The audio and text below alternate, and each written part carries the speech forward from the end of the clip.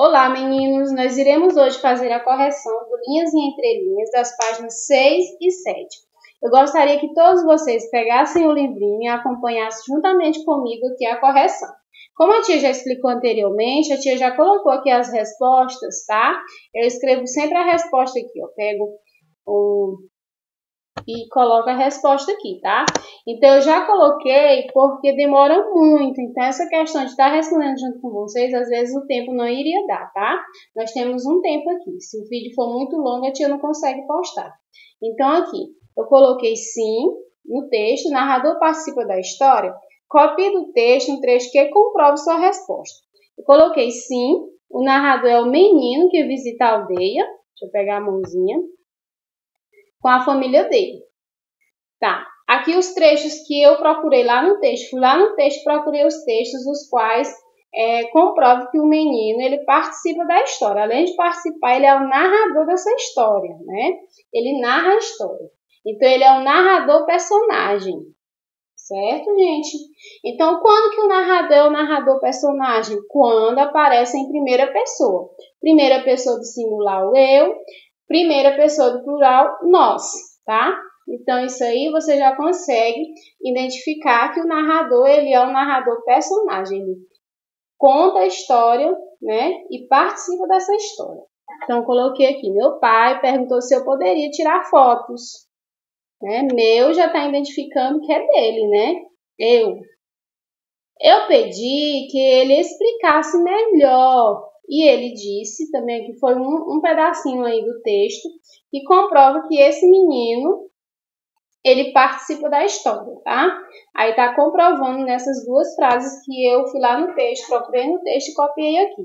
Mas existem outras frases também, tá? Você pode estar aí procurando. Exemplo, saímos da aldeia com a sensação muito esquisita. Também comprova que o menino, né? Saímos, ele é a família dele, né? Nós saímos. Então, ele é a família dele, certo? Vamos agora para a segunda questão.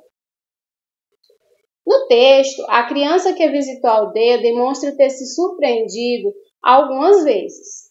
Complete o quadro descrevendo as causas para cada momento de surpresa vivido pelo personagem. Primeiro momento de surpresa, quando ele descobriu que havia uma aldeia indígena perto da cidade, né? Ele estava fazendo uma pesquisa para a escola e aí o pai dele convidou ele para ir até a aldeia, né? Conhecer melhor como que viviam os indígenas, né? Então, nesse momento, ele descobriu que havia uma aldeia ali perto da cidade. 2. Segundo momento. O segundo momento, quando encontrou casas de madeira ou tijolos em vez de ocas. Então, quando ele chegou lá na aldeia, ele imaginava que as casas dos índios eram feitas de ocas, né? Eram ocas feitas de palha. Então, quando ele observou que as casas eram parecidas com as casas da cidade, eram iguais às casas da cidade, então aquilo ali para ele foi uma surpresa, né? Vamos para a terceira questão. 3. O indígena contou à criança dois motivos que levaram os moradores da aldeia a construir casas de alvenaria. Quais são eles? Vou ler aqui com vocês, tá? Os moradores da aldeia começaram a fazer casas de alvenaria porque, com a destruição da mata ao redor da aldeia, veio a dificuldade de encontrar madeira e palha para a construção de ocas. Além disso, segundo o indígena, casas de alvenaria são mais seguras. Então, os dois motivos foram esses. Primeiro, a questão da destruição das matas, né, a qual provocou a falta de matéria-prima para construir as casas, né, as ocas.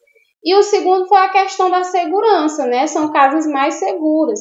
Até a questão mesmo de um incêndio criminoso, né, alguém ir lá e colocar fogo na aldeia, porque palha tem mais facilidade para pegar fogo, né. Então, segurança também, né. Como eles estão morando também mais próximos da cidade, tem também a questão de pessoas irem lá para querer roubar, furtar as coisas deles. Sendo o caso de alvenaria, tem portas e é mais segura também, né?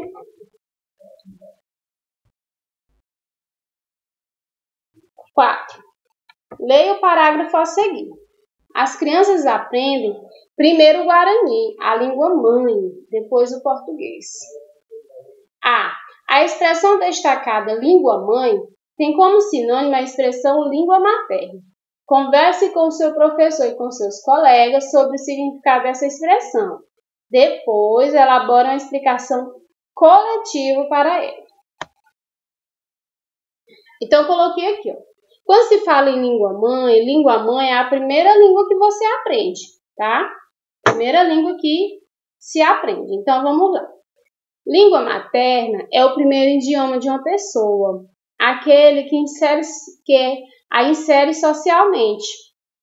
Não é somente o primeiro idioma de um dos primeiros que uma criança aprende a falar, mas aquele que compõe a maior parte do entorno dela e dos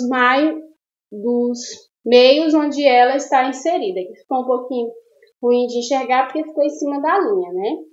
Então, só lembrando que língua mãe se refere à língua materna, que é a primeira língua que uma criança aprende, né? Então, quando nós nascemos, nós vamos aprender aquela língua de onde nós estamos inseridos, do meio que a gente está inserido, né?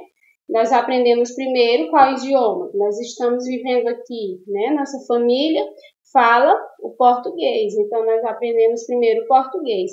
Lá nas aldeias, eles ensinam primeiro o Guarani, que é a língua mãe deles, né? Então, eles aprendem primeiro o Guarani, que é a língua dos indígenas. Depois que eles vão aprender o português, certo? B. Converse com professores colegas sobre a importância desse aprendizado para a preservação do povo ao qual as crianças indígenas pertencem. Então, para eles, né, é de muita importância as crianças estarem aprendendo aí, primeiramente, o Guarani, que é a língua mãe deles, né, porque é a língua dos povos indígenas. Então, é uma tradição, faz parte da cultura deles, né, faz parte de toda uma história vivida pelos índios. Então, é muito importante que essa língua seja inserida aí, né? Eles conhecem, eles sabem se comunicar através dessa língua. Então, é natural que isso vá passando de geração em geração, certo? Para que não venha a morrer também a língua dos índios, dos indígenas, tá? 5. De acordo com o indígena da história, os moradores da aldeia precisaram derrubar árvores para plantar vegetais. O que eles fizeram para que a natureza não fosse prejudicada? Os indígenas plantaram mudas para que novas árvores pudessem crescer. Então, eles tiveram que tirar as árvores para poder plantar, fazer suas plantações, mas eles colocaram outras, né? Plantaram outras, para que isso não venha. Muitas vezes as pessoas só destroem, só derrubam, né? Precisam usar a terra, derrubam e não se preocupam em plantar outras árvores, né? Para que possam substituir aquelas que foram retiradas. Os índios não, eles têm esse cuidado de cuidar da natureza. Eles precisam retirar para plantar as suas lavouras, suas hortas, mas eles lembram que primeiramente, eles têm que cuidar também da natureza, né? Porque é o meio em que eles estão ali inseridos, faz parte deles. 6. Que explicação o morador da aldeia dá para essa atitude? O morador explica que o indígena toma conta da natureza, porque também faz parte dela. Então, como eu já falei, né? Ele faz parte daquele meio, então ele precisa cuidar da natureza, preservar, que ali é onde eles vivem, é o ambiente em que eles vivem, então eles precisam que esteja bem cuidado, né? E os índios, eles têm muito respeito pela natureza. Quando eles vão retirar algo dela, eles pedem autorização para ela, né? Para a natureza. Então, eles têm muito respeito pela natureza. 7. Depois de visitar a aldeia, a criança mudou sua percepção sobre os indígenas. Por quê? Resposta: sim, porque antes a criança imaginava os índios vivendo completamente isolados da sociedade, né?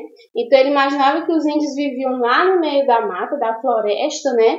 Isolados. Então quando ele chegou lá, que viu que era diferente, que os índios eles viviam como as pessoas mesmo que vivem na cidade, né?